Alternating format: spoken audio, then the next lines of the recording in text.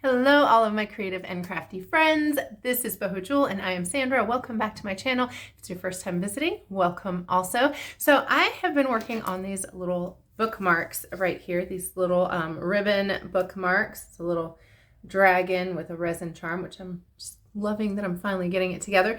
But I'm working with these sort of crimp ends, and I realized as I was working with these, they can be a little tricky. So I thought, why not pause what I'm doing for a minute, shoot a quick video to show you guys how to attach these. It seems really simple and really basic, and as I was getting into it, I realized it was kind of a pain in the butt. And I had some that I was playing around with, and they were not cooperating, and I finally kind of got the gist of it. So I have a few tips and tricks that I'm going to show you with these, and I'm going to flip the camera around in just a second and show you that. But if you find this video helpful and useful and you haven't already subscribed, please do so for lots of other creative and crafty videos coming up and to check out what I've already got. So let me flip you guys around and let's get into it.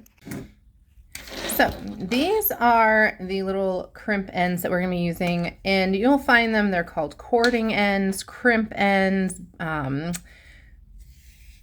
Yeah, I'm not sure. There's a couple other things. I think that it just depends on the company you buy them from. I purchased these from Fire Mountain Gems, and I purchased several different sizes and different textures just because the sizing itself was one thing that was tricky to me, because the ones I had used before were overlapping the ribbon that I got. So this ribbon is 5/8 of an inch, which is apparently kind of a random size. And the ends that I got before were a little bit smaller or a little bit bigger. So I found these and I really like them.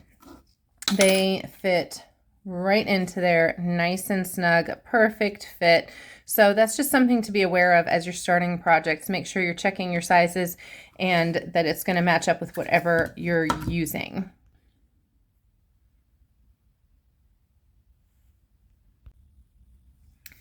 So one thing you want to make sure of is that your ribbon end is straight. So this one's a little lopsided, and I'm going to use fabric scissors. Fabric scissors are going to get in there, just kind of straighten it out. Oh, that's not very straight. There we go. But fabric scissors are going to be your best bet. Other scissors may kind of push around on it. You may not get as even of a effect there. Well, goodness, let's just get rid of you. I didn't know it was going to unravel. Okay, and then we're ready to go. And the other thing we're going to use are these beading pliers. I don't know if they're jewelry pliers, and they're flat nosed, and you know they have that little bounce to them. Regular pliers don't. And the other thing is you want to make sure they have that nice smooth inside. If you're using regular pliers, I mean, you kind of have to work them yourself, but the thing is they've got those ridges on the inside. See those ridges? And so if you're pushing those ridges on your jewelry pieces, you're going to leave some marks, and nobody wants that. So now we want to get this on here, right? But the thing is, I tried this like this, and then you try to push it together and the ribbon slips around, so that's tricky. So these are open fairly wide, so you can use different materials with them, either just a flat ribbon like this, or you could use some sort of suede or leather working, depending on what you're using. So it's helpful that they're larger like that. But what I'm going to do for this, for the ribbon, I'm going to go in and just gently kind of close it down a little bit on one side, turn it over, gently work it on the other side just to start closing it up a little, not too much.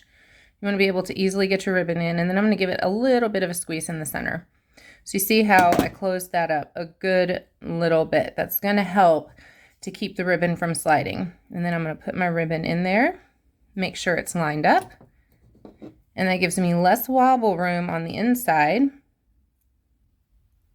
And then I'm just going to press down a bit, kind of more at the ends, because that's where all those little teeth are. And then it's got some grip to it. See how it grips on that side? And then I'm going to do the same thing on the other side. And of course, when you're doing a video, it goes way less smoothly than when you're downstairs doing 15 of these at a time.